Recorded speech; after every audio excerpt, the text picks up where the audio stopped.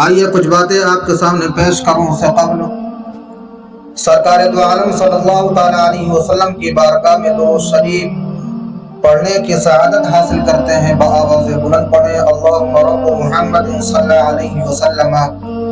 نحن عباد محمد صلی علیہ وسلم، صلو علیہم صلاۃ و سلاما علیک یا رسول اللہ صلی اللہ تعالیٰ علیہ وآلہ وسلم۔ اللہ رب العزت کا بے پناہ احسان عظیم ہے کہ ہم سب یہاں پر اللہ رب العزت کے محبوب بندے کی بارگاہ میں حاضر ہیں اور اس محفل کو انعقاد کیے ہوئے ہیں، اور قال اللہ و قال الرسول کی باتیں سننے کے لیے آپ تمامی حضرات اس موسم سرد میں بھی تشریف لائے ہوئے ہیں۔ اللہ رب العزت ہم سب کی حاضری کو ان محبوبین کے صدقے میں قبول فرمائے۔ عزیزان ملت اسلامیہ،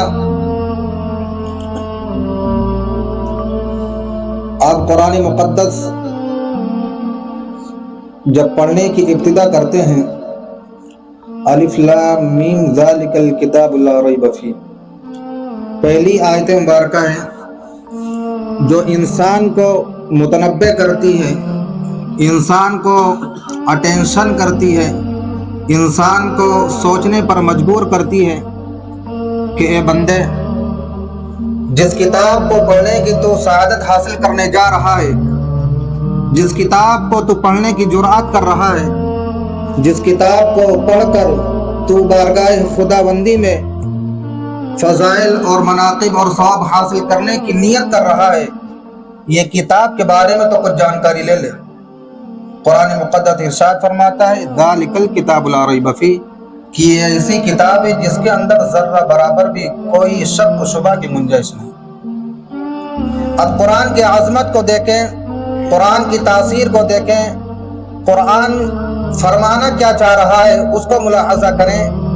کہ آج کا انسان اگر کوئی کتاب لکھتا ہے، آج کا انسان اگر کسی کتاب کو ترتیب دیتا ہے تو وہ اس بات کا دعوے دار نہیں ہو سکتا ہے کہ جو میں کتاب لکھ رہا ہوں یہ ابھی کے لیے فائدہ مند ہے اور فیوچر میں مستقبل میں بھی لوگوں کے لیے فائدہ مند ہو سکتی ہے، وہ اس بات کا دعوے دار نہیں ہو سکتا ہے۔ اور انسان تو انسان بڑا سے بڑا پروفیسر ہو، بڑے سے بڑا مصنف ہو، وقتی طور پر فائدہ مند ہو سکتا ہے، لیکن ہمیشہ انسان کے لیے فائدہ مند ہو، ہمیشہ انسان کے لیے رشد و ہدایت کا کام کرے، وہ اس بات کی گارنٹی نہیں لے سکتا۔ لیکن قربان جاؤ قرآن مقدس کے اعجاز پر، قرآن مقدس کے فرمان پر کہ اللہ رب العزت نے جو کتاب نازل فرمائی ہے، اللہ رب العزت نے جو کتاب اپنے محبوب پر اتاری ہے، یہ ابھی کے لیے بھی، آنے والے وقت کے لیے بھی، جس طرح حضور علیہ الصلوۃ والسلام کے زمانے میں لوگوں کی ہدایت کے لیے کام کر رہی تھی یہ کتاب، اسی طرح آج بھی لوگوں کے لیے ہدایت کا کام کر رہی اور آنے والے وقت میں بھی ہدایت کا کام کرے گی۔ میرے پیارے آقا علیہ الصلوۃ والتسلیم کے پیارے دیوانوں، یہ قرآن مقدس اپنے اندر تاثیر رکھتی ہے، قرآن اندر پڑھنے والے کو ثواب عطا فرماتی ہے۔ میرے پیارے آقا علیہ الصلوۃ والتسلیم کے پیارے دیوانوں، حضرت مطعم بن جبیر رضی اللہ تبارک و تعالی عنہ ایک صحابی رسول ہیں، وہ اپنے ایمان لانے کا واقعہ بیان فرماتے ہیں کہ میں حضور صلی اللہ تعالی علیہ وسلم کے مسجد سے گزر رہا تھا۔ ہم قرآن مقدس پڑھتے ہیں ثواب کی نیت سے، لیکن قرآن مقدس کے اعجاز کو دیکھیں کہ قرآن مقدس جو پڑھتا ہے، جو سنتا ہے، اللہ رب العزت اسے کیسے ہدایت عطا فرماتا ہے۔ حضرت مطعم بن جبیر رضی اللہ تبارک و تعالی عنہ ارشاد فرماتے ہیں میرا گزر حضور صلی اللہ تعالی علیہ وسلم کی مسجد سے ہو رہا تھا، میں کیا دیکھتا ہوں کہ حضور صلی اللہ تعالی علیہ وسلم حالت نماز میں سورۃ طور کی تلاوت فرما رہے ہیں۔ حضور صلی اللہ تعالی علیہ وسلم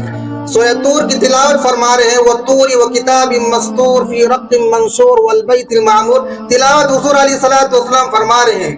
جب حضور علیہ الصلوۃ والسلام اس آیت پر پہنچے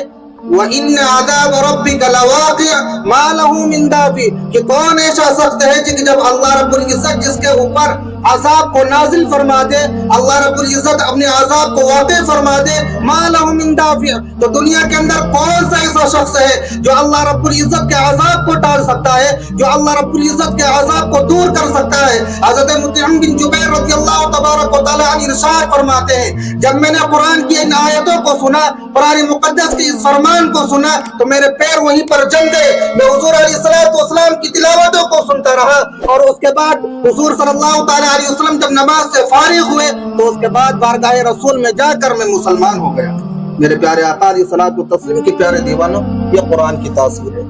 یہ قرآن اپنے اندر تاثیر رکھتی ہے کہ انسان اگر پڑھے تو سنے تو وہ کفر کے دلدل میں ہو تو کفر سے نکل کر وہ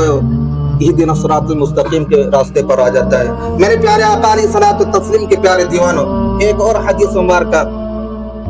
ابھی حضور صلی اللہ تعالیٰ علیہ وسلم نے تبلیغ شروع فرمائی تھی. ابھی اسلام کا نیا دور چل رہا تھا. حضور صلی اللہ تعالیٰ علیہ وسلم پر جب آیت مبارکہ نازل ہوتی، حکم دے دیا جاتا ہے کہ ہجرت آپ کے اصحاب کر سکتے ہیں. حضور صلی اللہ تعالیٰ علیہ وسلم نے اس آیت کو اپنے صحابیوں کو سنائی اور اس فرمان کو اپنے صحابیوں کو سنایا. صحابیوں کا ایک گروہ مکہ المکرمہ سے نکلتا ہے اور حبشہ کی طرف روانہ ہوتا ہے. اب وہ لوگ جو صحابہ پر ظلم و ستم ڈھا رہے تھے، صحابہ کو اسلام لانے کے سلسلے میں زد و خوف کر رہے تھے، اسلام لانے کے سلسلے میں انہیں مار پیٹ رہے تھے، ان کے راستوں میں کانٹے بچھا رہے تھے، وہ لوگ ان ساری چیزوں سے نکل کر حبشہ کی طرف نکلتے ہیں اس نیت کے ساتھ کہ وہاں پر جا کر اللہ رب العزت کے احکام پر عمل کریں گے، اللہ رب العزت کے فرمان پر عمل کریں گے، ہمیں جو اسلام ملا اس اسلام پر صحیح طور پر عمل کریں گے. جب کافروں نے اس معاملے کو دیکھا، کفاران مکہ نے دیکھا کہ ہمارے کچھ لوگ یہاں سے نکل کر ملک حبشہ چلے گئے ہیں اور وہاں پر سکون سے زندگی گزار رہے ہیں، تو انہیں یہ بات راس نہیں آتی ہے، انہیں یہ بات حاصل نہیں ہوتی ہے. وہ بادشاہ کی طرف جاتے ہیں اور اس نیت کے ساتھ کہ اپنے ساتھیوں کو جو یہاں سے نکلے ان مسلمانوں کو مکہ المکرمہ میں پھر لائیں گے. میرے پیارے آقا علیہ الصلوۃ والتسلیم کے پیارے دیوانوں، بادشاہ کے دربار میں یہ لوگ پہنچتے ہیں، بادشاہ ان کی باتوں کو سنتا ہے، اس کے بعد مسلمانوں کے گروپ کو بلاتا ہے، مسلمانوں کی جماعت کو بلاتا ہے اور اس کے بعد میں دونوں کے درمیان باتیں شروع ہوتی ہیں. بادشاہ مسلمانوں سے پوچھتا ہے تم لوگوں کے آنے کا مقصد کیا ہے؟ میرے پیارے آقا علیہ الصلوۃ والتسلیم کے پیارے دیوانوں، مسلمانوں کی جماعت میں سے حضرت جعفر طیار رضی اللہ تبارک و تعالیٰ عنہ کھڑے ہوتے ہیں اور بادشاہ کے دربار میں ایک فصیح و بلیغ تقریر فرماتے ہیں. حضرت جعفر طیار رضی اللہ تعالیٰ عنہ ارشاد فرماتے ہیں، بادشاہ ہم لوگ مسلمان نہیں تھے، ہم لوگ شراب پیتے تھے، ہم لوگ زنا کو عام سمجھتے تھے، ہم لوگ عورت کو منحوس سمجھتے تھے، ہم لوگوں کے اندر اخلاق نام کی کوئی چیز نہیں تھی، ہم لوگ بگڑے ہوئے اخلاق کے میں اپنی زندگی کو گزار رہے تھے، ہم لوگ ایک خدا کے علاوہ انیک خداؤں کی بارگاہ میں اپنی پیشانی کو جھکا رہے تھے. لیکن اللہ رب العزت کا ایک محبوب آیا، اللہ رب العزت کے نبی آئے اور انہوں نے مجھے ایک خدا کی معرفت دلائی اور ہم لوگوں نے کلمہ پڑھ کر مسلمان ہو گئے. بس یہی وجہ ہے کہ یہ لوگ ہمیں پریشان کر رہے ہیں. بادشاہ کہتے ہیں تمہارے پاس ثبوت کیا ہے؟ جو نبی تمہارے پاس آئے ہیں ان کے اوپر کتاب کون سی نازل ہوئی، ذرا وہ پڑھ کر سناؤ. میرے پیارے آقا علیہ الصلوۃ والتسلیم کے پیارے دیوانوں،